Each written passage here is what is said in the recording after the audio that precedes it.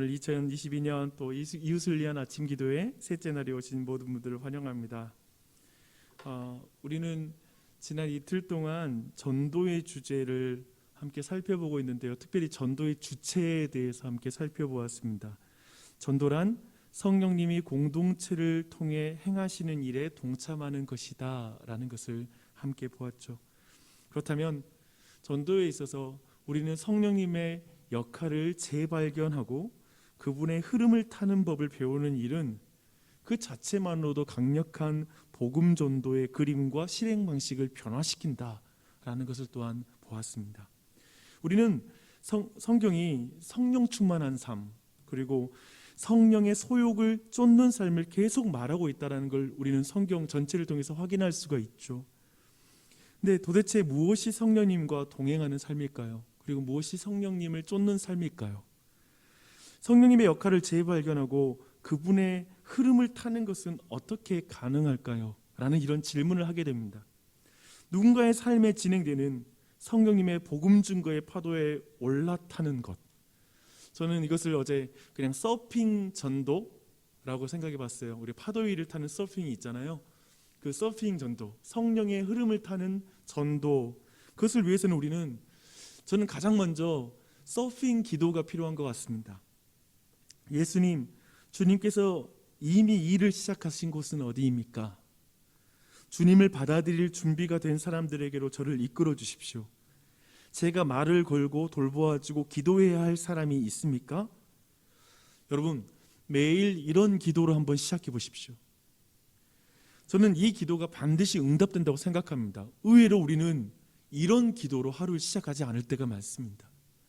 이런 기도를 한번 시작해 보십시오. 반드시 저는 이 기도가 응답된다고 믿습니다. 어쩌면 정말 성경이 말하는 것처럼 참으로 우리가 구하지 않기 때문에 받지 못하는 게 참 많습니다. 그것 중에 하나는 성령 충만한 삶, 성령을 따르는 삶 또한도 그 영역인 것 같습니다. 그렇게 한번 이 아침에도 그렇게 기도했으면 좋겠습니다. 또한 나 한 사람이 아니라 성령님께서는 공동체를 통해서 일하심을 우리가 믿을 때 우리는 도리어 삶에서도 그리고 전도에 있어서도 더 용기를 갖게 됩니다. 내가 시작해서 내가 마쳐야 하는 전도가 아니라 성령님이 시작하신 일을 공동체가 마치는데 그것에 내가 동참하는 것이다 라고 전도를 바라보는 것, 우리 어떤 모든 사역과 삶을 바라보는 건 정말 우리로 하여금 용기를 갖게 만듭니다. 이렇게 성경이 말하는 전도의 주체를 확인하는 것은 전도의 그림과 그 실행 방식 자체를 완전히 바꿔버리게 되죠. 교회가 이웃과 함께하는 이 부활절 예배를 준비하고 그리고 이렇게 함께 기도하면서 또 준비하는 것은 우리는 이 사실을 믿기 때문에 그렇죠.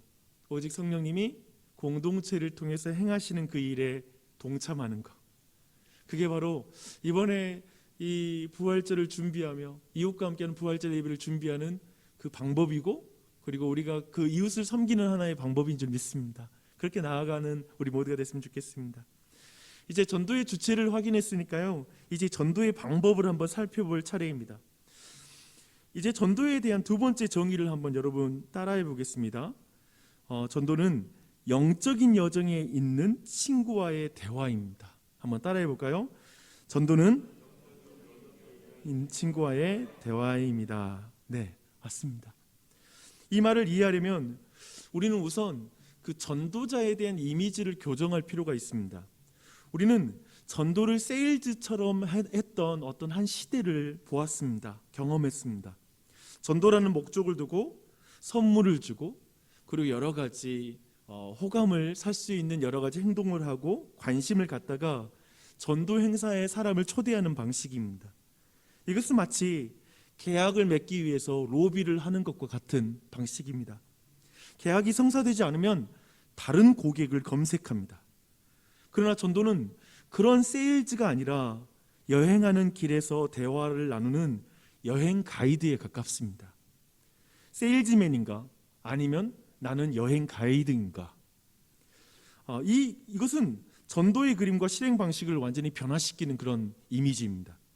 세일즈맨은 계약을 성사시키기 위해서 머릿속에 대본을 가지고 계획을 가지고 사람을 그쪽으로 유도해 나가는 그런 식으로 사람을 대할 것이고요. 여행 안내자는 그 사람이 지금 있는 그 자리, 그리고 그 사람 중심으로 그 사람이 걷고 있는 인생의 여정 속에서 성령님이 하시려는 일에 초점을 맞춰서 그 사람을 대하는 방식으로 나아가게 될 것입니다. 이것은 굉장히 다릅니다.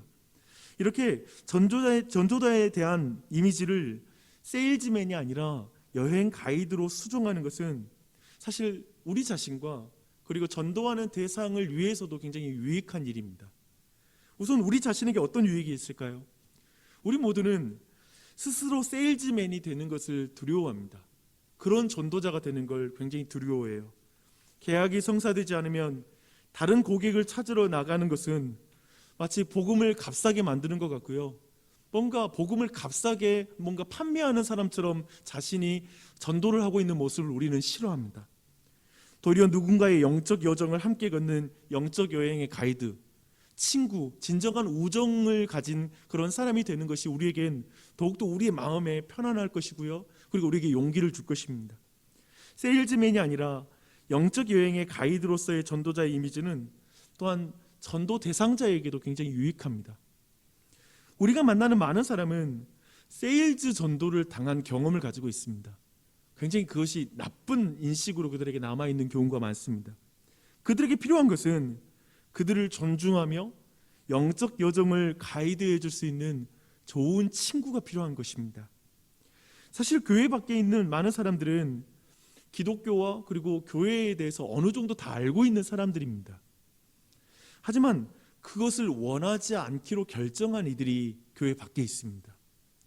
삶의 어느 시점에서 그들 각자는 기독교 그리고 하나님, 그리스도인에 대한 신뢰가 깨진 경험들을 가지고 있는 사람들입니다.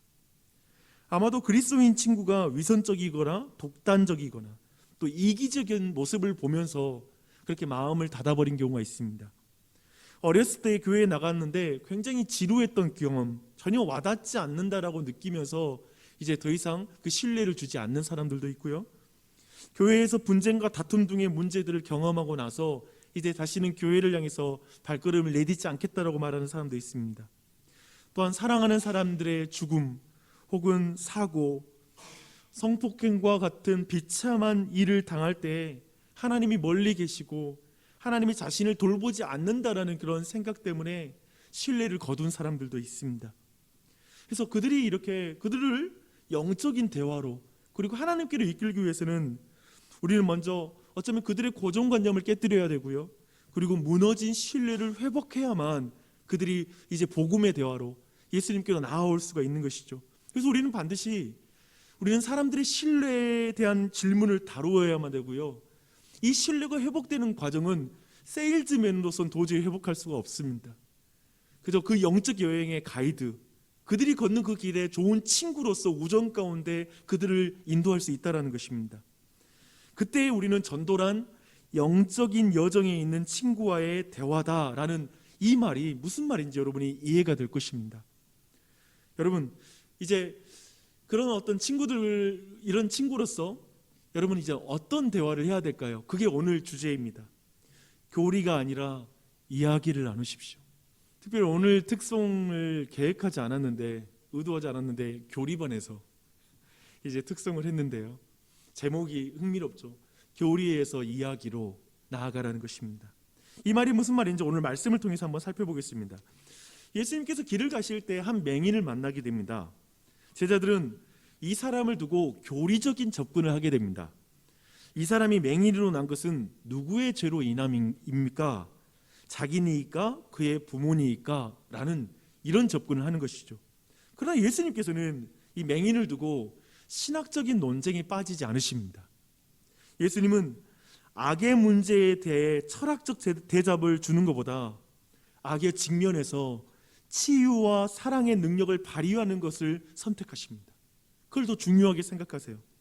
예수님은 지금 맹인을 두고 책임 소재를 따지고 고난에 대한 교리적인 설명을 하는 것이 아니라 고난에 빠진 사람에게 하나님이 하시는 큰 일을 나타내는 것에 관심을 갖는 거예요. 하나님이 이에게 행하실 큰 일이 있다. 거기에서 초점을 두는 것이죠. 예수님은 이제 땅에 침을 뱉어 진흙을 만드시고 그것을 눈먼 사람의 눈에 바른 뒤에 그 근처의 샘으로 가서 씻게 하십니다. 그래서 치유하시죠. 근데 이 방식도 굉장히 재미있어요. 그렇죠? 흥미롭습니다. 사실 예수님께서는 지금 주전 900년경에 있었던 한 이야기와 연결시키고 있는 것입니다. 나병으로 고통받고 있었던 나아만 장군을 이제 엘리사가 요단강에 보내어서 씻었을 때 그의 몸에 있던 나병이 치유되었던 그 이적과 연결시키는 것이죠. 그래서 지금 오늘 본문에 나오는 이 눈먼 남자의 입장에서 보면 스스로는 도저히 치유받을 수 없는 나아만이 엘리사의 말씀을 듣고 순종하여 요단강에 가서 씻었을 때 치유된 것처럼 이제 예수님의 말씀을 듣고 순종하여 실로암에 가서 이제 그가 씻으면 그가 치료되는 그 역사를 경험하는 것입니다. 이렇게 보십시오. 예수님은 맹인을 교리가 아니라 성경의 이야기와 연결시켜 줍니다. 나아만과 연결시켜 주세요. 흥미로운 것은 또 치유 이후에 일어나는 이야기에도 이 교리에서 이야기로 나아가는 동일한 구조를 또 우리가 볼 수 있게 됩니다. 13절로 이어지는 내용인데요. 이제 여기에 바리새인들이 등장합니다. 바리새인들은 치료받은 사람을 두고 교리적으로 또 접근합니다. 예수님이 진흙을 이겨서 눈을 뜨게 하는 그날이 안식일이었거든요. 그래서 이 문제를 걸고 넘어지는 것이죠. 그들은 그 남자가 과거에 눈이 멀었던 것들을 부인하게 함으로 예수님이 눈먼 자를 고쳤다라는 이 역사 자체를 부정하고 싶어하는 것입니다. 예수님은 안식일을 어긴 사람일 뿐이라고 생각한 것이죠. 그들이 가진 교리로 예수님을 판단한 것입니다. 그들은 하나님이 행하시는 큰 일을 보지 못하는 소경으로, 진짜 영적 소경으로 그 자리에 있는 거예요. 그들은 눈먼 자의 다시 보게 된 그 눈먼 자의 그 기쁨에 전혀 참여할 수가 없습니다. 그들에게 다시 보게 된 이의 대답은 의미심장합니다. 이렇게 말합니다. 그가 죄인이지 내가 알지 못하나 한 가지 아는 것은 내가 맹인으로 있다가 지금 보게 되었다는 것입니다. 지금 이 맹인은 교리가 아니라 자신의 이야기를 간증합니다. 난 모르겠고요. 내가 그 예수님 때문에 다시 보게 됐습니다. 자신의 삶의 이야기를 나누는 것으로 오늘 내용이 마무리가 됩니다. 우리는 인생의 여정 속에서, 그리고 삶의 여정 속에서 기막힌 이야기를 가진 사람들을 만나게 됩니다. 여러분, 우리 주변에 있는 모든 사람들은 저마다의 삶의 이야기를 가지고 있습니다. 저마다의 스토리를 가지고 있습니다. 근데 제가 느낄 때 그리스도인들이 그들에게 다가갈 때 한 가지 장애물이 있는데요. 그 큰 장애물은 교리일 때가 있습니다. 어쩌면 그들을 만났을 때 빨리 이 사람이 스스로를 죄인으로 인정해야 돼. 그래서 쉽게 그냥 죄라는 거, 어떤 그 교리적인 걸 이해시키려고 다가갈 때가 많이 있습니다. 그래야지만이 복음을 또한 전할 수 있다라고 생각하는 것이죠. 아니면 우리는 어떤 사람들이 가지고 있는 신학적인 질문들을 해결해주면, 교리적인 질문들을 해결해주면 그 사람이 예수님을 받아들일 거라고 생각하면서 어떤 신학적인 질문을 한번 해보라고 말할 때가 있습니다. 그런데 도리어 우리의 인간성을 나누는 법을 우리는 배워야 됩니다. 우리의 인간적인 삶의 문제, 고민, 우리의 이야기를 나누는 법을 배우는 것이죠. 내 삶에서 만난 예수님, 내 삶의 고통 가운데 만난 예수님, 내가 다시 눈을 뜨게 된 내 이야기, 그런 것을 나눌 필요가 있는 것이죠. 사실상 사람들은, 어쩌면 대부분의 사람들은 내가 가진 대답에는 관심이 없으나 내가 가진 질문과 고민에 대해서는 관심이 있습니다. 왜냐하면 우리가 가진 고민과 질문은 그들도 가지고 있는 것이거든요. 우리는 올바른 대답을 주려고 하는데 굉장히 민감해요. 바로 답을 주고 싶은 거예요. 교리적인 대답. 그러나 올바른 질문을 던지는 것을 가르치는 데는 소홀해요. 때로는 그 인생의 문제, 그 사람들의 고통, 그들이 가지고 있는 어떤 고민들, 삶의 문제들, 그걸 질문하고 거기서 왜 그렇게 살아가는지를 질문하고 생각할 수 있는 그런 대화를 하는 법에 익숙하지가 않은 것이죠. 자녀가 공경에 처했던 적이 있나요? 자신의 존재 가치를 의심했던 적이 있나요? 신체적인 문제나 실패감으로 고민해 본 적이 있나요? 지금 너무 후회하고 있는 일 있나요? 잠을 자다가도 정말 이불킥하고 자기를 정말 생각이 나면 수치스럽고 창피한 일이 무엇인가요? 어쩌면 우리는 그러한 질문을 하는 법, 어쩌면 나도 있고 그들도 다 있으니까요. 어쩌면 그 자리에서 그 사람과 진정한 우정을 만들고 그리고 그들과 대화하는 법을 배우고 그 동일한 자리에서 내가 만난 예수님을 말하는 것, 나누는 것, 그것이 자연스러운 전도가 될 것입니다. 진정한 우정에 있어서 중요한 것은 어쩌면 우리의 연약함과 회의와 질문일 것입니다. 그러니까 우리가 어쩌면 많은 그리스도인들이 전도할 때 오해를 가지고 있는 것은 종종 우리의 가장 큰 장점이나 성공, 우리가 예수 믿어서 잘된 것, 예수 믿으면 어떻게 잘 됐고 성공했어요 라고 말하는 것, 거기에 집중할 때 도리어 전도는 더 어려워지는 것 같습니다. 그러면서 우리는 어쩌면 정말 그런 성공에 집착할 때 도리어 그런 조건을 갖추지 않으면 나는 도저히 전도할 수 있는 사람이 아니야 라고 생각하는 것이죠. 어쩌면 우리는 이렇게 말할 수 있겠죠. 난 여전히 이게 힘들어. 난 여전히 자녀들 문제 때문에 난 너무 힘들고 아이들 문제 때문에 너무나 두려워요. 근데 그때마다 나에게 그 하나님이 나를 이렇게 여전히 붙잡아주고 있고 그 하나님이 나를 견디게 해줘요. 어쩌면 우리는 이런 이야기를 정말 주변에 있는 사람과 나눠야 될지 모릅니다. 아직 나는 완전하게 답을 얻지는 못한 것 같아요. 나는 아직 완전하게 확신할 수는 없는 것 같아요. 여전히 난 의심할 때가 많아요. 하지만 난 정말 주님이 계시다는 걸 느끼고 있고 도저히 이 길을 포기할 수가 없어요. 전 당신이 다시 한번 진지하게 예수님에 대해서 알아갔으면 좋겠어요. 이렇게 말할 수도 있을 것입니다. 여러분, 저는 정말 이 부분에 있어서 고민이 참 많았던 것 같습니다. 저는 되게 이렇게 목회 초기부터 질문하는 교회, 그리고 이렇게 자유롭게 토론하는 교회에 대해서 많이 생각했었습니다. 왜냐하면 오늘날 젊은이들이 교회와 그리고 기독교에 대해서 많은 질문을 가지고 있고 그걸 자유롭게 토론하고 이야기 나누는 것에 대해서 생각한 것입니다. 질문해봐라 이렇게 많이 말했던 것 같아요. 근데 그런 과정 속에 한계가 있더라고요. 근데 좋은 열매가 잘 맺지 않은 걸 느꼈어요. 뭐냐면 우리가 가진 어떤 교리적인 대답, 토론, 어떤 이성적인 어떤 나눔들, 이런 것들이 사람들로 하여금 계속해서 이성적으로 해결되지 않는 것으로 나아가지 믿음으로 이끄는데 100% 아주 큰 유익이 없다라는 걸 보게 되었습니다. 도리어 어쩌면 내가 걷는 그 길 가운데 내가 만난 예수님, 내 인생의 여정에서 만난 예수님의 이야기가 더 강력하구나. 다른 게 아니라 똑같은 그 상황 속에서 나는 예수님을 어떻게 만나고 있는지 내 이야기, 다른 건 잘 모르겠고요. 지금 내가 과거에는 보지 못하다가 예수님을 보고 있다라는 것입니다. 내 눈이 떠졌다라는 것입니다. 라고 할 수 있는 나의 이야기, 그 이야기가 중요함을 깨닫게 됩니다. 여러분, 저는 여러분의 삶 속에 이전의 삶에서 보지 못하던 그 예수님을 삶의 여정 속에 다시 볼 수 있는 그 시선이 회복되었으면 좋겠습니다. 그리고 그것이 여러분과 동일하게 살아가는 주변의 사람들, 어쩌면 인생의 질문과 그리고 고민과 갈등은 똑같은 사람들이잖아요. 우린 그것으로부터 출발하십시오. 그 이야기부터 나누기 시작하세요.